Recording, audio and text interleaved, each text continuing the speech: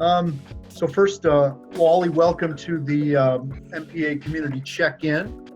We're just going around the community, checking in with various people to see where they stand in this situation we find ourselves in, COVID-19. It's a great idea.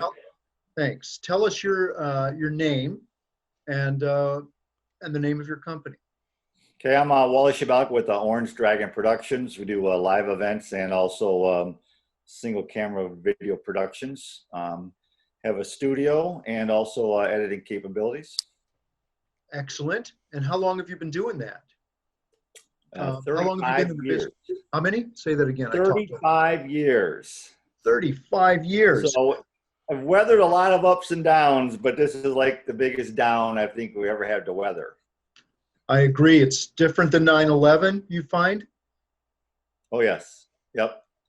Yeah. Only because at least 9/11, we're still conducting business. 9/11 was devastating to business. A lot of jobs did drop out, but we're at least still able to conduct some sort of business. This is Right. much worse. So you've lost work. Yes, I lost an enormous amount of work. Okay. And all right. Wally, how many people work for you, Wally, or work with you? There are 5 of us all together, two partners, 3 employees, and the employees have all been laid off. So we've pretty much shuttered everything unless business comes in. So in 9/11, you were able to make certain contingencies, but this is different. Right. You have anything, I mean, you've laid off your people. That's really all you can do, right? Well, we can do things like we don't use a production van anymore, so cancel the insurance. So we're not driving around with that anymore. You know, and I'm in a good position because I don't have a lot of debt. So I feel bad for companies that do have a lot of debt. So I've been always running lean and also a little debt free. So the small debt that I do have can be weathered for a few months. So that's the key. I think that people freelancers or you know, anyone else who's in this business that has a good cash position, they may be in a better position. For people that were living from job to job and don't have that a cash backup, they're going to be in trouble. And I think this is going to hurt the industry a lot because a lot of those people are going to have to find other jobs. In the meantime, if there are other jobs, or it'll devastate people's families, people's savings. You know, if you've got 401s or IRAs, you'd be pulling out of there. But it's going to be tough, and everybody's got their own situation to deal with. That's right. I've heard a lot of people talking about that very thing, the 401s, and don't even look at it right now. You try to ride it out.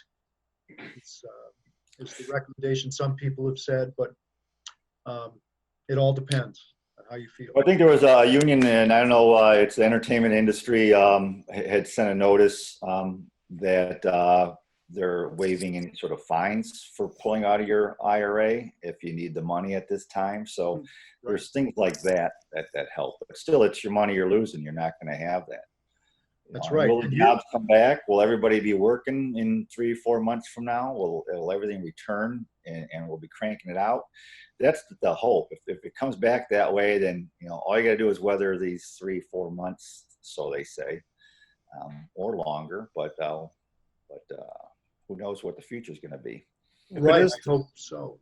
Yeah. If it is 3 or 4 months, Wally, is that going to have like lasting impacts against your business? I mean, like if it goes on for 3, 4, 5 months of this, does that mean that maybe some of those guys that you had to lay off, you're not going to be able to get it back, or is that going to have impact for you? Again, in my situation with, you know, not a lot of debt, I think I can weather that long. It may be a problem to find out how to keep going after that. But I mean, the customers haven't gone away. I still keep in touch with that. You know, they still have projects that they want to bring back. So it's like, if those projects come back, then we'll be okay. But if not, I mean, it is finding a new way of doing business. I mean, I was already looking for a new way to doing business in this new age, new technology, new competition, a new way of doing things. I was constantly adapting to how we do business. And now it's even more intense and trying to figure out a new way of doing business. That's right. You have to do that, and contingencies and side gigs, and it's difficult to find a side gig now. We spoke to Dave Lowing earlier, and he makes shot bags, for example. So that's a business that can, weather this storm, at least keep his people busy, and those people still need shot bags. Well, I see his that email this morning that he's staying open to help people out. It's like, I'm glad that he's staying open, because I know locally DPL is shutting down. It's like he's staying open, but for what? If no one's doing any projects, what is he doing? So, and I'm sure he'll look at his position and figure out how he wants to do things as far as laying people off or shutting the lights off to save electricity. But again, this is a situation where everybody's got to look at their own situation and figure that out. And so how I've figured it out is just have to sit tight, eliminate all expenses as much as possible right now, and see how long it lasts. Right. Hope for the best. Yeah, I agree. What changes have you noticed in your world? Phone's still ringing. Hey, it's business. Well, the good thing is I wish I had more edit projects, because editing is good, because you just have one person sitting in a room, and editing has been non-social contact for the last 10 years anyways. I rarely get a client in the edit room that sits there with the editor.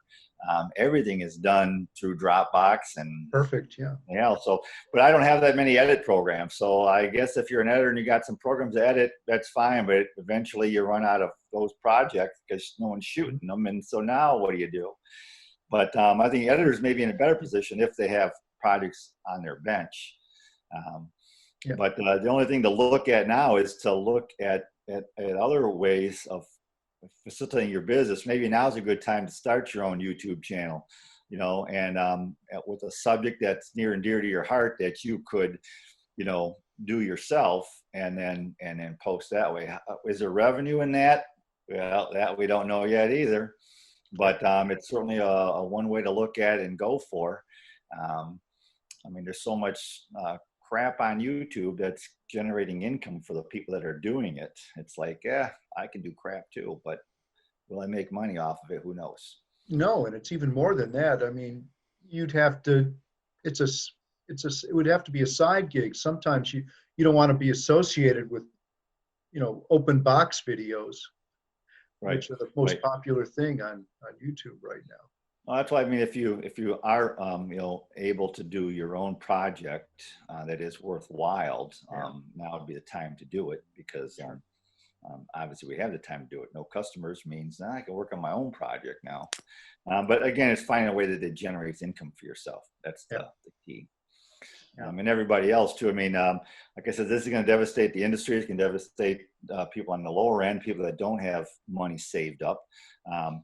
And all it's going to do is force them to find work elsewhere. And those are the people that should be looking for jobs as drivers or stocking Kroger shelves of toilet paper overnight, if you want to get a cash flow coming. Sure. But after that, it's going to be public assistance, and hopefully that $1,000 check from the government comes in and you can spend it wisely. Indeed. I mean, there have been two options available. One is the unemployment insurance program, but some people don't, aren't aren't able to do that.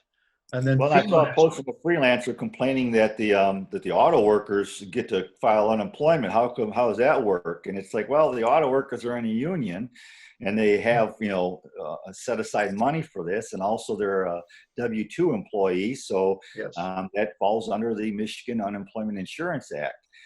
Where if you're a freelancer and you're a 1099 contractor, we all know what that gets you nothing. That's why you should be making more money as an independent contractor, because you have to take the money and sock it away. But no one socks that money away. Nobody saves up. I mean, the economic indicators even before when I first started life, the financial planners always says save 6 months worth of salary as a cash in case you need it. Well, I raised a family, I raised 3 kids, put them through college by myself. And it's like, I didn't have time to save up 6 months worth of salary, but that's what the financial planners say you're supposed to do. So you have that as a backup. So if anyone out there saved up 6 months worth of salary, you should be sitting okay, because now you start tapping into that savings that you just had, and you can, and now your lifestyle is reduced. You're not driving anywhere, so you're saving on gas.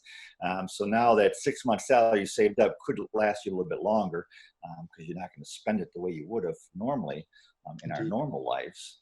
Right. So there's an advantage there for people that have saved. So the hardship will come to the people who don't have any savings. Yeah. I've been reading the blogs and various posts too. And there was one thing that mentioned reclassification. Even though you're classified as 1099 labor, there's a possibility that you could be reclassified or misclassified and try to get that. So people are trying that as well. FEMA has come up with a solution as well that I just saw posted. So hopefully those options will work for many people, and we hope to get them back to work. This has a ripple effect for all of us. As you say, you're laying off people. They may have to get other work. We're seeing events that are kind of like dominoes falling before us, the biggest of which is the auto show in June. That's in limbo. I haven't heard anything new about that. Have you? No, I have not, but that would certainly be devastating. I think everybody's waiting for the auto show work to help us rebound. But if that gets canceled and that's gone, along with everything else that was happening that week, Grand Prix, something else downtown. So like there's a lot of stuff happening. And if June goes away, we'll all be hurting. Yeah. You aren't going to do any outdoor festivals in November and December, so right, it's a year out already that we're looking. Yeah, I think if we issue hazmat suits to everybody, and then we might be able to resume normal lives. We just all walk around with hazmat suits on, and then we can go back to interacting. But well, I've seen those. I've seen images from China and Italy where people are in fact doing that. Yep. So that may be a reality here. Yep. Yeah. New dress code. A new dress code, right? Yeah. Do they have black? You don't want black hazmat. Hazmat black. You got to wear hazmat black on the show. Yeah, right. That will be the new normal. So has Teresa been cooking? Have you been cooking? What do you do in your spare time? Spare time, I actually have been taking this time to write a book, a biography on my family. So I'm sitting here learning out of InDesign, which is a Adobe product. Yeah. It's a great thing if you want to write a book. Mm-hmm. I found a whole bunch of old photos that my parents had, and so I'm looking at these photos and thinking I've got to throw them away because they're of no value. So instead of throwing them away, I scanned them, and now I'm going to be writing a book on my family. Bravo! That's just great. For the family. It's not going to sell to anybody, but it'll be there for future generations. And it's been fun learning a new program, dealing in print instead of video. Yeah. But that's what everybody can do is start looking at things like that. Start playing around with all those programs that you wanted to learn, but you don't have time to. So now I got time. So that's what I'm doing in my spare time. Yeah. And I do have the honeydew list, so I am getting a honeydew list done. So our household chores that are now getting done at lightweight speed. Very good. I'm glad to hear that.